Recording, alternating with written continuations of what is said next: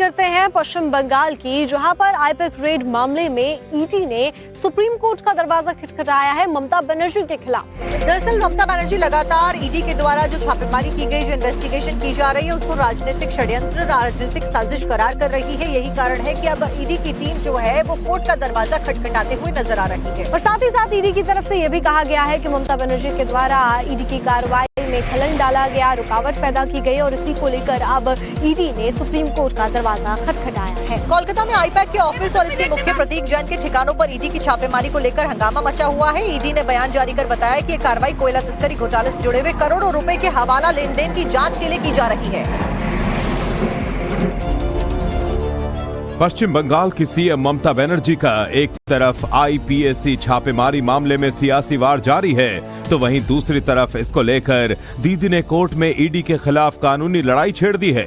वहीं प्रवर्तन निदेशालय ने भी ममता के खिलाफ देश की सर्वोच्च अदालत का दरवाजा खटखटाया है, जिस पर आज अहम सुनवाई होने वाली है। इससे पहले टीएमसी नेता कल्याण बनर्जी ने ईडी पर बड़ा हमला बोला। पार्टी है उसमें रिस्पोंडेंट नंबर 4 एआईटीसी जो बना है उसको आईपैक तो पार्टी है। लेकिन फिर ये सवाल उठा के पिटिशनर नहीं है, आईपैक पिटिशनर नहीं है, तृणमूल पिटिशनर। वो उनको बोलने दीजिए, उनका आर्गुमेंट तो कोर्ट तो एक्सेप्ट नहीं किया। उन्होंने जो बोला कोर्ट कुछ नहीं एक्सेप्ट किया। Accepting adjournment.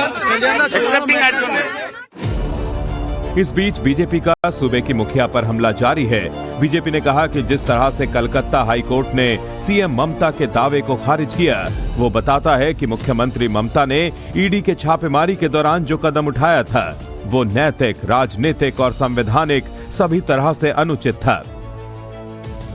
नेताओं पे भरोसा, न अपने कार्यकर्ताओं पे भरोसा, न अपनी पुलिस पे भरोसा, न अपने निजी स्टाफ पे भरोसा, या न्यायालय में मुद्दई बनने के लिए अपने किसी कार्यकर्ता पर भरोसा।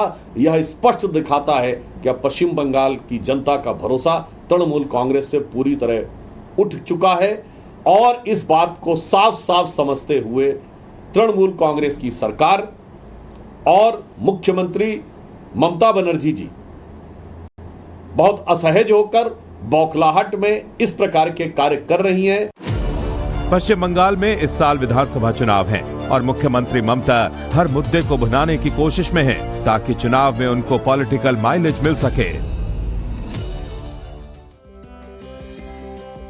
करते हैं पश्चिम बंगाल की, जहां पर आईपैक रेड मामले में ईडी ने सुप्रीम कोर्ट का दरवाजा खटखटाया है ममता बनर्जी के खिलाफ। दरअसल ममता बनर्जी लगातार ईडी के द्वारा जो छापेमारी की गई, जो इन्वेस्टिगेशन की जा रही है, उसको राजनीतिक षड्यंत्र, राजनीतिक साजिश करार कर रही है। यही कारण है कि अब ईडी की टीम जो है वो कोर्ट का दरवाजा खटखटाते हुए नजर आ रही है। और साथ ही साथ ईडी की तरफ से यह भी कहा गया है कि ममता बनर्जी के द्वारा ईडी की कार्रवाई में खलल डाला गया, रुकावट पैदा की गई और इसी को लेकर अब ईडी ने सुप्रीम कोर्ट का दरवाजा खटखटाया है। कोलकाता में आईपैक के ऑफिस और इसके मुख्य प्रतीक जैन के ठिकानों पर ईडी की छापेमारी को लेकर हंगामा मचा हुआ है। ईडी ने बयान जारी कर बताया कि ये कार्रवाई कोयला तस्करी घोटाले से जुड़े हुए करोड़ों रुपए के हवाला लेन देन की जांच के लिए की जा रही है।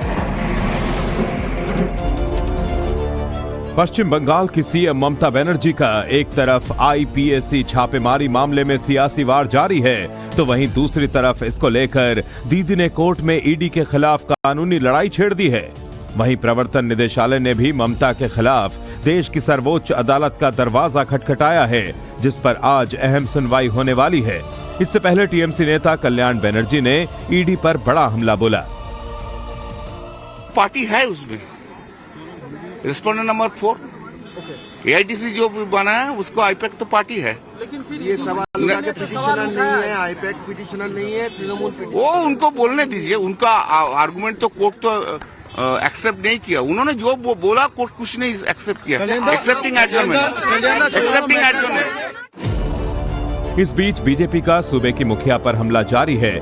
बीजेपी ने कहा कि जिस तरह से कलकत्ता हाई कोर्ट ने सीएम ममता के दावे को खारिज किया, वो बताता है कि मुख्यमंत्री ममता ने ईडी के छापेमारी के दौरान जो कदम उठाया था वो नैतिक, राजनीतिक और संवैधानिक सभी तरह से अनुचित था।